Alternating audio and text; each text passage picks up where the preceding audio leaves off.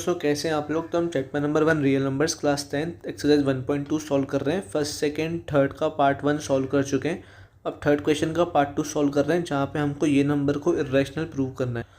तो भाई ये कॉन्सेप्ट समझ लेते हैं कि कोई भी रियल नंबर होता है ना, वो यहाँ तो रैशनल होता है या तो इर्रेशनल होता है। अगर मैंने किसी नंबर को रैशनल माना और आगे चल के बोला कि नहीं मेरा अजम्पशन गलत था, वो रैशनल नहीं हो सकता, तो सीधी सी बात है कि वो नंबर इर्रेशनल ही होगा। इसी को बोलते हैं कॉन्ट्राडिक्शन मेथड, जो कि हम इसमें सॉल्व करेंगे अभी। दूसरी चीज़, किसी भी रैशनल नंबर को दूसरे रैशनल नंबर के साथ प्लस माइनस मल्टीप्लाई डिवाइड करने पे एक रैशनल नंबर मिलता है। रैशनल और इर्रेशनल में सेम ऑपरेशंस करने पे इर्रेशनल मिलता है।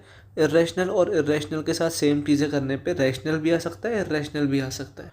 तो हमारे क्वेश्चन में लिखा है 7√5। देखो ये इर्रेशनल है, ये रैशनल है, इन दोनों का ऑपरेशन करेंगे तो इर्रेशनल ही मिलेगा। बस अब इसको प्रूव करेंगे।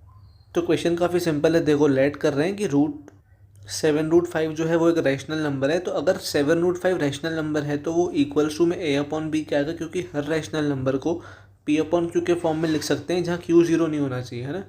तो a b को प्राइम्स हैं। इस तरीके से मैंने 7√5 को a/b के इक्वल लिखा है जहाँ पे b 0 के इक्वल नहीं है।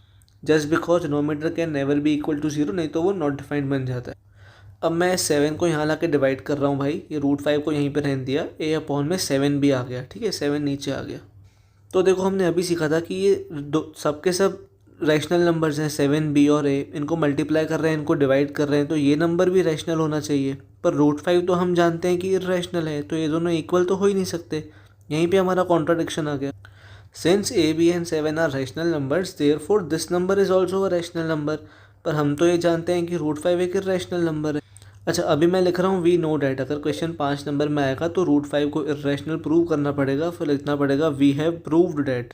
पर 3 नंबर में ऐसा लिख सकते हो कि हम जानते ही हैं कि √5 एक इर्रेशनल नंबर है। तो देखो भाई, क्योंकि हम जानते हैं कि √5 एक इर्रेशनल नंबर है तो √5 इसके इक्वल हो ही नहीं सकता कभी भी, क्योंकि irrational can never be equal to rational. पर हमारे हिसाब से ये दोनों भी इक्वल आ रहा है। अब इसी पॉइंट पे कॉन्ट्राडिक्शन आ गया। और ये कॉन्ट्राडिक्शन क्यों आया, क्योंकि हमारा अजम्पशन गलत था। हमारा अजम्पशन क्या था कि 7√5 जो कि एक रैशनल नंबर है वो गलत है। अब क्योंकि कॉन्ट्राडिक्शन आ गया, तो क्योंकि एक 7√5 एक रैशनल नंबर नहीं हो सकता, तो सीधी सी बात है कि वो एक इर्रेशनल नंबर ही होगा। अगर आपको वीडियोस अच्छे लग रहे हो तो प्लीज़ इनको लाइक और शेयर ज़रूर कर देना। चैनल को भाई सब्सक्राइब कर दो ऐसे ही कई सारे वीडियोस को देखने के लिए। कोई भी डाउट लगे आप मुझसे कमेंट सेक्शन में पूछ सकते हैं। इंस्टाग्राम के ज़रिए मुझसे मिलना चाहते हैं, इंस्टाग्राम चैनल की लिंक यूट्यूब चैनल के डिस्क्रिप्शन में अवेलेबल है। Thank you so much video को यहाँ तक देखने के लिए। Wishing you a very happy learning ahead. मैं हूँ आपका भाई, आपका दोस्त भरत।